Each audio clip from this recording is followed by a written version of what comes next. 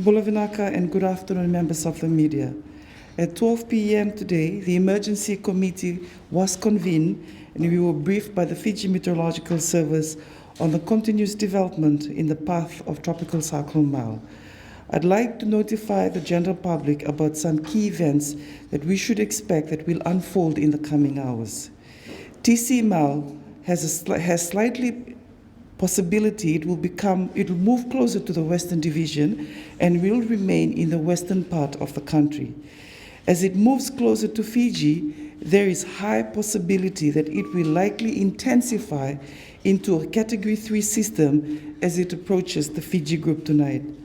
As TCML approaches the Western Division, rainfall will continue to increase.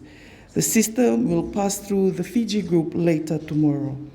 The Fiji Meteorological Service has also confirmed that although Category 2, members of the public should brace for intensifying wind speed as strong winds of around 120 kilometers per hour is expected from this afternoon.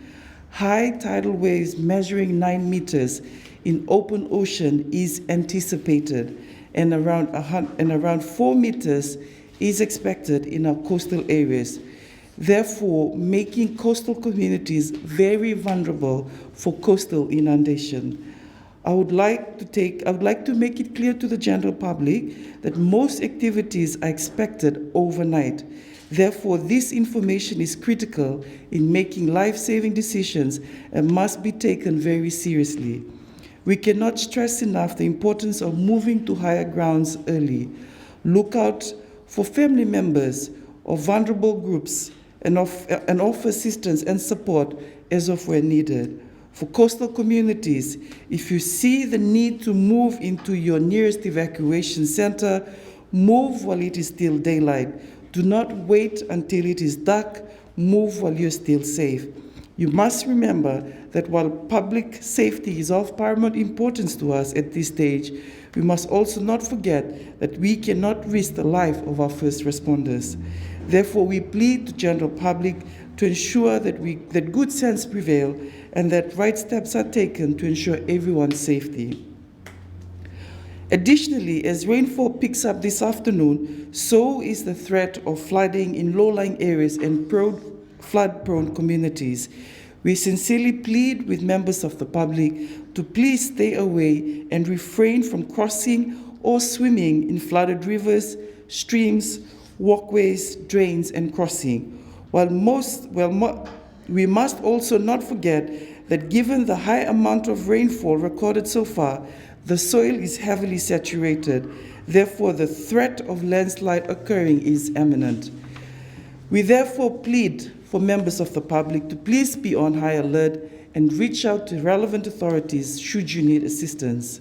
Ladies and gentlemen, today's media briefing also carries significant updates on the outcome of the emergency committee deliberation. In the wake of Tropical Cyclone M looming threat, the emergency committee engaged in a comprehensive discussion aimed at fortifying our response strategy. With the concurrence of the emergency committee members, as well as the Honorable Prime Minister, we have made the following decisions. There will be control movements in place from 6 p.m. today to 4 a.m. tomorrow morning for high-risk areas. In other words, we will work closely with Fiji Police Force to limit the movement of people during this period to ensure safety for our people. For all non-essential civil servants you will continue to work from tomorrow at home. This decision will be reviewed tomorrow morning. I want to assure the general public that all decisions are made by the committee was anchored on our commitment to the safety and well-being of all Fijians, and done so to ensure consideration of potential impact and the urgency of our response. With regards to evacuation centers, I can confirm a total of 8 evacuation centers are now active, with more than 290 evacuees residing in this evacuation center. That's 1 in the Central Division, 2 in the Western Division, and 4 in the Eastern Division. It is important to note that each of these evacuation centers is manned by 2 police officers. That is, 1 male and 1 female officer are always on standby to ensure the safety and security of all evacuees, especially members of our vulnerable groups. In areas where we don't have police, we have our gatekeepers, our Turanganikor, our deck members, who will be providing us that security and also updating us on each evacuation center as of when it's activated.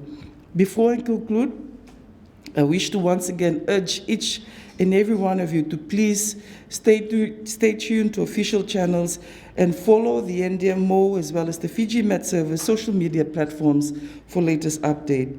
Stay connected with the NDMO advisory via social media platforms and our website through www.ndmo.gov.fj.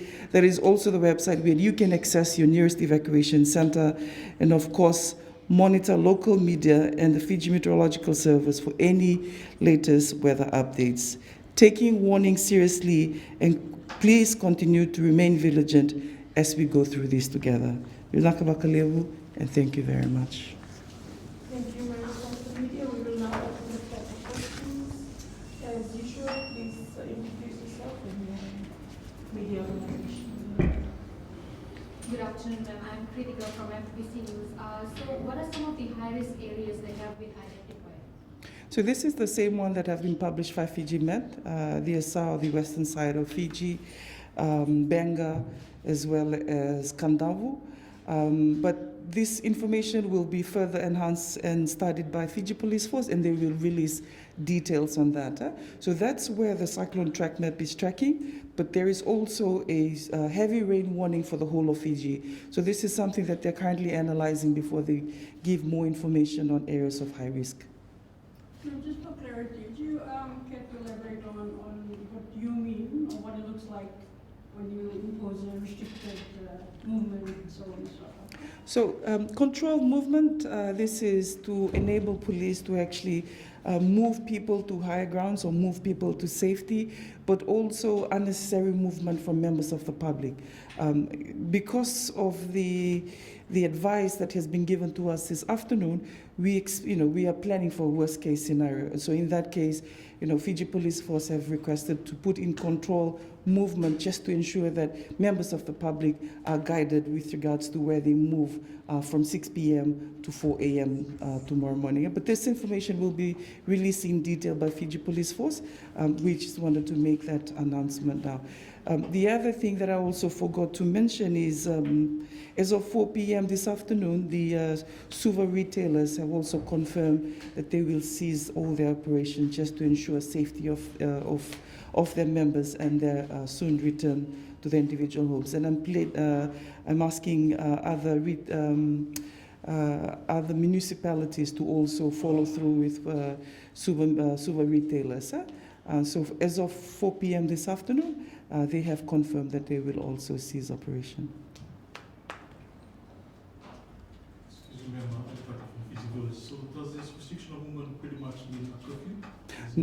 So it's not a curfew, it's just police coming in to control moving of people with regards to their safety. You've seen it with such incident previously practiced.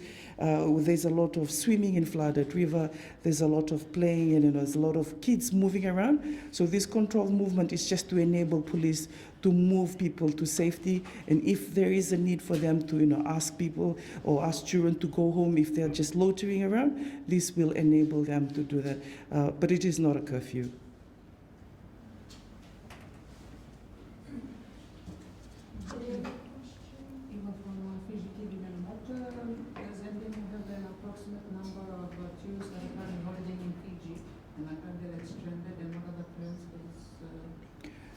So I don't have that number with you. I don't have that number with me right now.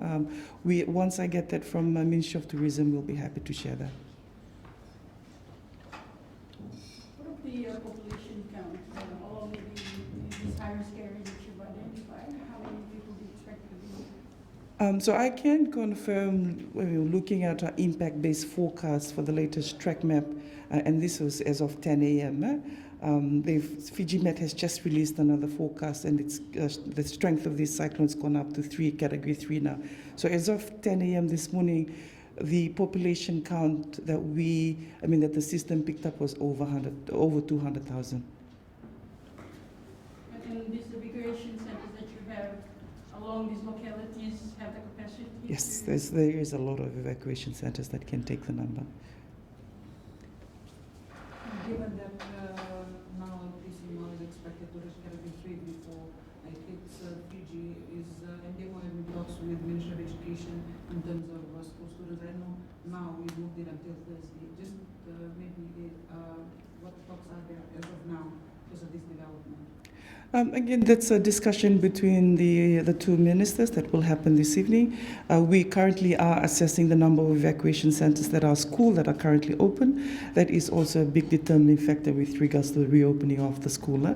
And also being very mindful that once a school is being activated as an evacuation center, before it's closed, we need to disinfect the school. So all these processes has to be followed before any of the evacuation center that are school that will be reopened. Ma'am, does the NDMO have the number of people who have already moved to the evacuation centers at the moment? Yeah, I just announced that it's over 200,000. Over 200 people that are currently residing in the evacuation centers. So just last one on that restriction of movement. Is it just essential service can move around, or just mainly that it's regarding the general public?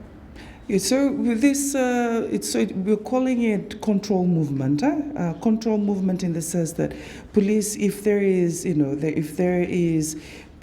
general public loitering around, police will come and ask them to please head home so that their safety is also there. So it's mainly to do with that. And then it will be more stricter in areas of high risk. Yeah, so these areas of high risk, we are anticipating a lot of river bursting its bank. We are anticipating a lot of flood rivers, flood walkways.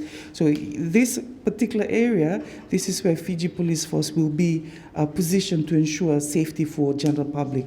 So if anyone wants to cross, they will make sure that that doesn't happen. And I'm pleading for the general public, if there is something that we would like to achieve out of this, is no fatality.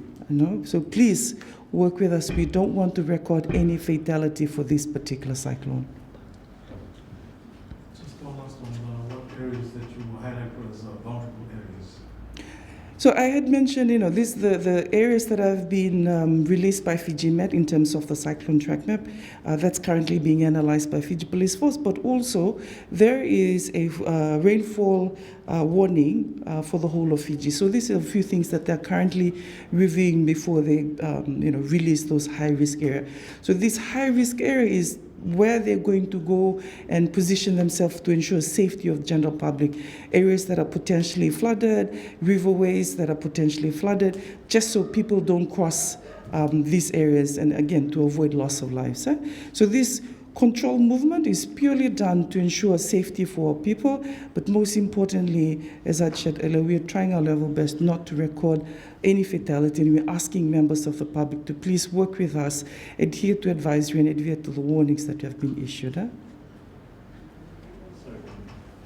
Despite hidden warnings from the Indian, a lot of people that reside in the former settlements are not prepared, are not prepping themselves for this cycle. What's your stand on this with the NDMO releasing emergency statement regarding to take heed, but they are not? So at the end of the day, our job is to advise, and we ask that people do take proactive measures to do it. If a particular household choose not to do it, and if they are affected, that's something that we cannot control. What we can control is issuing early advisory so people can adhere to the warnings. And we will continue to advocate for general public to please adhere to this warning, because it's purely done to ensure their safety. So if a particular household choose not to adhere to the warnings, that is totally their right, if I put it that way. with regards to collaboration assistance, just briefly on the NDMO, and the even talks with the RFMF to come in case there's assistance needed. So the RFMF is part of the emergency committee. So as per the briefing that we had this morning, they have also tabulated their response plan, what they have available that could be deployed to assist members of the public. So we have that list with them. They are part of the conversation. They are part of the decision-making process. Any other questions? Thank you, members of the committee, and thank you. Naka?